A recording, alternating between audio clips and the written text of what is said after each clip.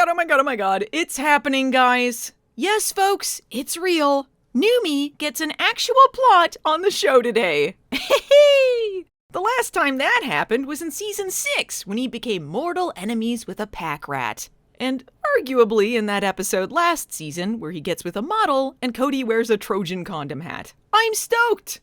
And I guess there's also a completely deranged story about Mitch and yet another obsessed stalker. But I think we can all agree the Newmie stuff is what glued everyone's eyes to the screen. Alongside all of that, we have the return of Parker Stevenson in the director's chair. Because for a story this expansive, you gotta bring in the big guns. We have some other important reappearances as well, but I'll get to them as we move along. Let's go! Da da da da da! Boobs, boobs, boobs, boobs. Man, they aren't even trying anymore. Remember when the sexy montages usually featured the main characters, at least? To make this even sadder, clearly all of this was B-roll left over from the photo shoot last episode. They try to tie it together with this episode by having a kite flying contest, but that doesn't happen until later on, so I guess these models are coincidentally flying kites before jumping on trampolines for some reason. There's barely a pretense of a point. So you like my joke? You're the joke, Manny! We haven't seen Manny since he got back together with April 5 episodes back, and you'll be happy to hear that this is his last appearance as a regular. I know. After all of his wonderful contributions to the series, it's hard to believe we're near the end.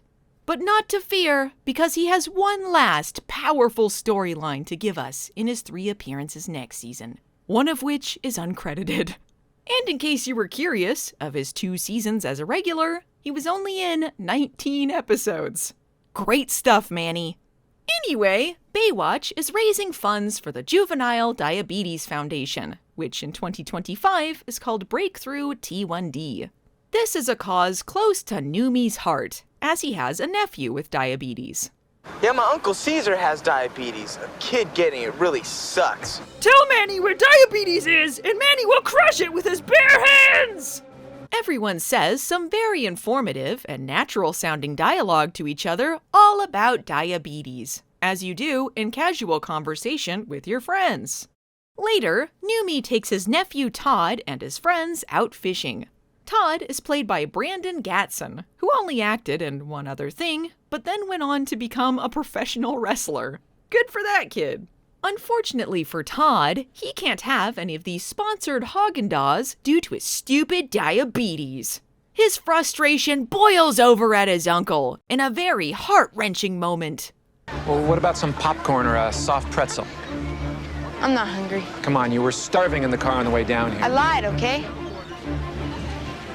Look, okay, this isn't anything particularly special, but I am just compelled watching Newmie talk about popcorn and soft pretzels. They haven't given him this much dramatic heavy lifting since that episode where Mitch fake-out died for a clip show. Uh-oh. I'd like you to meet someone I work with, April Kaminsky. She's from Green Bay. You're a big Packer fan, aren't you? No, I hate football. Newmie, no, don't get so down. It's just Todd's diabetes talking and you know it. This is a complete non sequitur in both this video and the episode, but, street performer rescue, I guess. Newmie rescuing a clown from the death pier? Is this one of Baywatch Season 8's greatest episodes? Who is this guy? Fortunately for you, he's an off-duty lifeguard. Which goes to show you, you're never really off duty. You thought the writing was bad on Baywatch. Hey, remember how April was just introduced to Todd? What if they just did that again? It's Todd, isn't it? Yeah, I'm April. I know. I've got Emmy diabetes, not Emmy Alzheimer's. As of this episode, I don't have Emmy Alzheimer's either. Stay tuned for my plot. Also, I see they've resumed the narrative of Newmie being a shameless gossip. And they say Baywatch has no continuity. How did you know I have a boyfriend? Uncle tells me everything. He's always telling me about Manny and the color of JD's underwear. Meanwhile, what can we use Manny for? A springboard while April does some clunky product placement? What is that? Oh, it's my Ray watch. Tells me how long I've been in the sun. Baywatch has a new product, the Ray Watch sun monitor. It's got this little sensor right here on the top that it gets the UV rays. There seemed to be no limit to what you could stamp Baywatch on.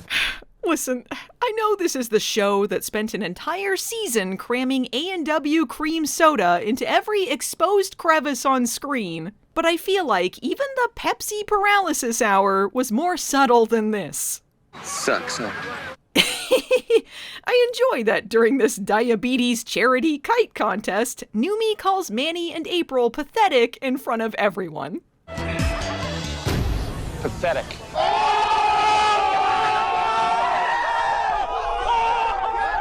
And then he gives them a loser's trophy. I am dying. Petty Newmie is the best. That's, I guess, the end of that plot for him. He doesn't even interact with his nephew again. A perfect narrative. Speaking of Todd, he's inspired by April and Manny's complete lameness. Somehow, this also relates to April's brother Charlie, which I'm surprised they still remember 15 episodes later. Todd's not dying of Emmy cancer, so maybe Emmy diabetes isn't so bad. So, I guess the conclusion to Newmie's embittered diabetic nephew plot was he just heard about April's brother off screen? And Newmie didn't do anything? Oh well, on to the meanwhile. Meanwhile, Pamela Bach is back. And this is going to be yet another Baywatch mood whiplash, but it is important to note before we move on. Unfortunately, Pamela Bach passed away earlier this year, and it's really sad. As much as I joke about Kay's character and her clearly being there because Hasselhoff wanted to act with his wife at the time, I did enjoy seeing her, and it's a bummer she's gone. Rest in peace, Pamela. Okay, now I have to try and be funny again, because this episode is insane. First of all, you might note that Pamela Bach has a red wig now, and that's because she's a totally different character. Yes, for some reason, despite her being a regular recurring character for 4 seasons, and Mitch's sometimes girlfriend when they remembered, Baywatch has decided you too are not going to remember that and just cast her as someone else. We last saw her in Baywatch Nights as Cindy number 3, who joins Mitch in fighting a Zargtha, and before that, it was Kay's final appearance in Season 6. And she'll be back as yet another lady in Season 10. I'm a little baffled by them bringing her back as other people and just throwing Kay's character away, but I will say they chose some excellent ones to bring her in for. This is Sarah Chapman, and right away we know something isn't right about her, mostly because she sets her boat on fire. This was all so she could stage a rescue, because she's crazy! Wait, shouldn't there be an explosion right about now? There it is. Clearly, this woman has set her sights on rescuer Mitch. But depending on what the episode order was supposed to be, Mitch may or may not be dating Neely. At the very least, she and her baby are living with him, and they're at the darlin' stage. Hey, darling. Yeah, I'll pick up the dry cleaning. Does the baby need anything? Oh, did I say he and Neely were at the darlin' stage? Sorry, I meant Mitch and his mom. No, that's my mom. Yeah, I always call my mom darling. What of it? It's not weird. Arr, arr, arr, arr, arr. Mitch refers to Neely as his friend. You know, friends who kiss on the mouth. And she's in San Diego on business. What business? I don't know. Assume it has something to do with her plot to take over the world with an army of robots. This is clearly a hasty rewrite, as much of this episode feels like they went through the script, crossed out Neely, and replaced it with Mom Buchanan. There are many reasons why this is obvious, but the most prominent one is because, if you recall, the last time we saw Mom Buchanan, she was diagnosed with Emmy Alzheimer's. That was 2 years ago, and she was already showing alarming signs of mental decline, and yet in this episode, she's perfectly fine, and displaying no symptoms of her degenerative brain disease whatsoever. I also find it highly suspicious that his mother suddenly casts spells on all of her greatest enemies, thus turning them into sea foam, which kinda seems like something Neely would do. This is Anne Jeffrey's last appearance on the show as well, which I guess is typical for Baywatch. which gives people terrible medical conditions in an Emmy bid, gets bored with them, and just does something else. Hi, darling. Mom, whatever. I'm home. Huh? Hello, Mitch. I'm completely normal. I see Sarah has already killed Mom Buchanan and turned her into a wax statue, I guess. I ain't talking about getting a break.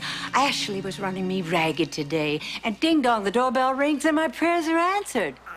Listen, Neely, do you have an estimate for how long it'll take for you and my mom to switch back to your own bodies? You're considerably less hot now.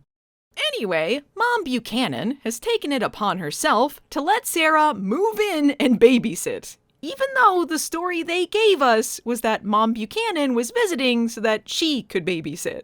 I'm not sure why she thought she had the right to do this, or why she volunteered for the job only to pawn it off on some stranger she just met, but it's a real bitch move. And she has lots of references from Texas. I'll check her out. That's the order you do things, right? Let someone move in and then make sure their references are real. I don't want to lose her, Mitch.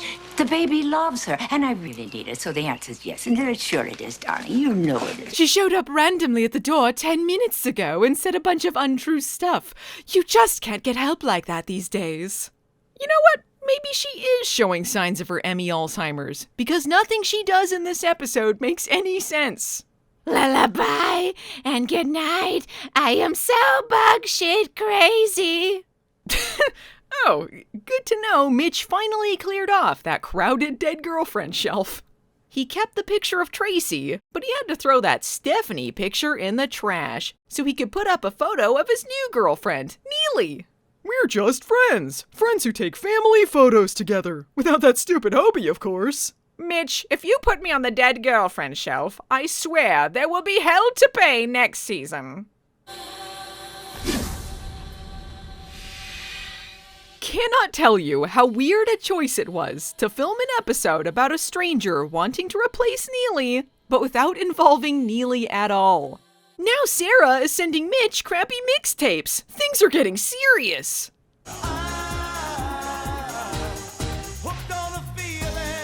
I kinda planned on using these drugs on Neely since she loves them so much, but I guess they'll work the same on you. Oh, how thoughtful of you, dear.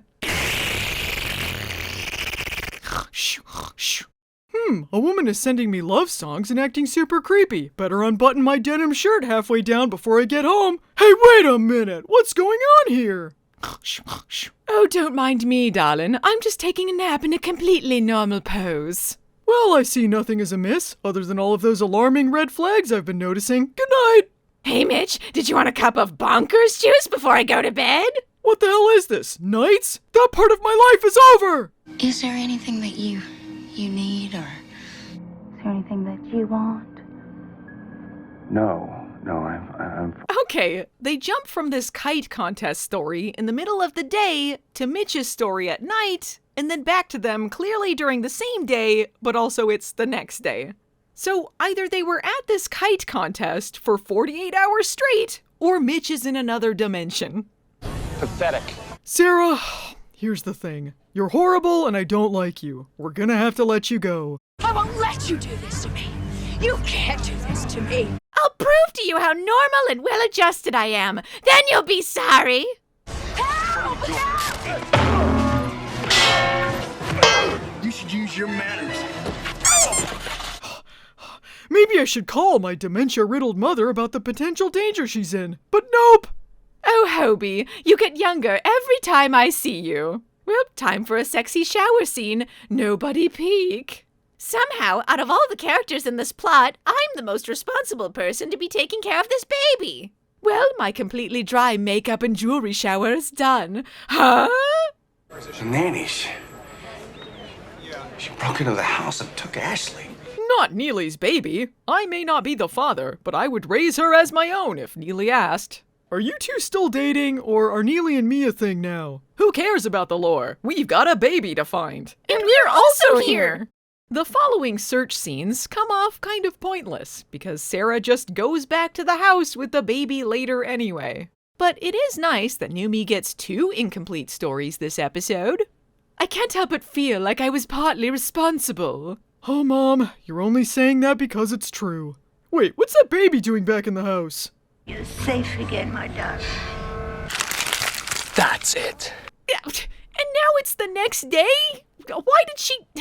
So she faked an assault, kidnapped the baby, took some photo booth pictures, put the baby back, and left? What? Well, I'm already over it. I snuck back out just to sneak back in. I'm nuts.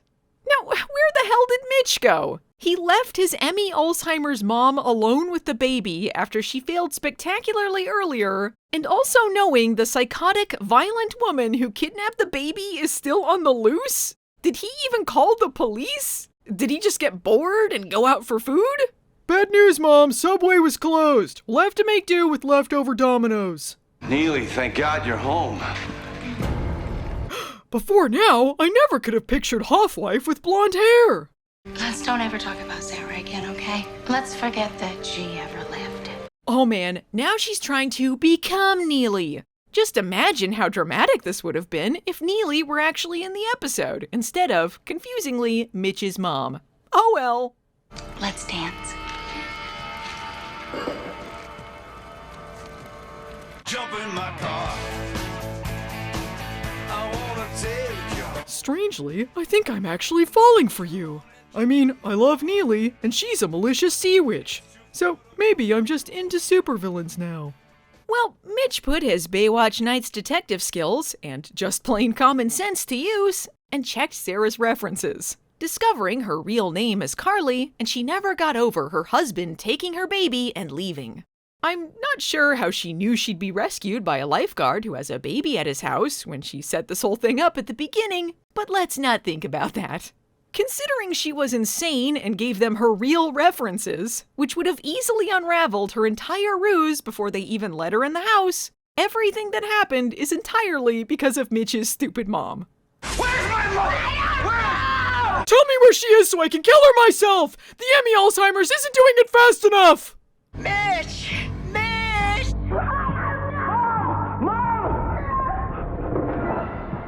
No, not the dead girlfriend shelf! I just cleaned that up!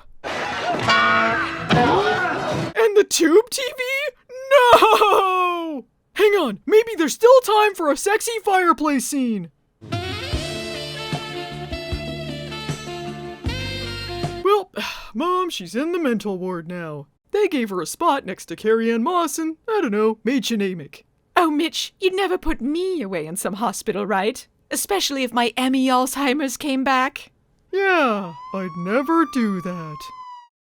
Next time on Baywatch, Inside Sports returns! Meanwhile, some jewel thief plot involving Hobie. All that glitters isn't gold.